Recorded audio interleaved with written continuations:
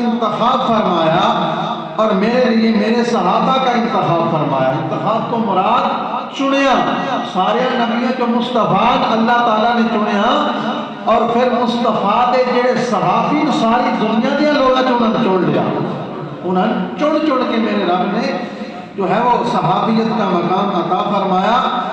قرآن کریم میں حدیث مصطفیٰ میں جنت کی بشارتیں جو ہیں وہ دی گئی۔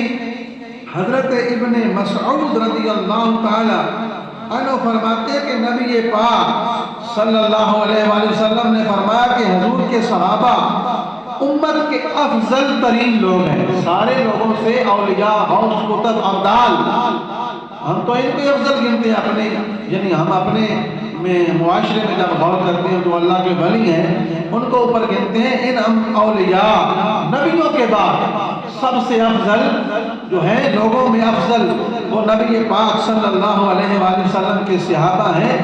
تو حضرت علی شیر خدا بھی صحابی ہیں، حضرت فاطمہ زہرا سلام اللہ علیہ بیٹی بھی ہیں، حضور کی صحابیہ بھی بنتی ہیں، حسن حسین بھی صحابی ہیں، یہ سارے لوگ صحابیت کے مقام پر فیض ہیں۔ تو اسی طرح قرآن کریم میں حدیث مصطفیٰ میں ان کو جنت کی بشارت دی گئی۔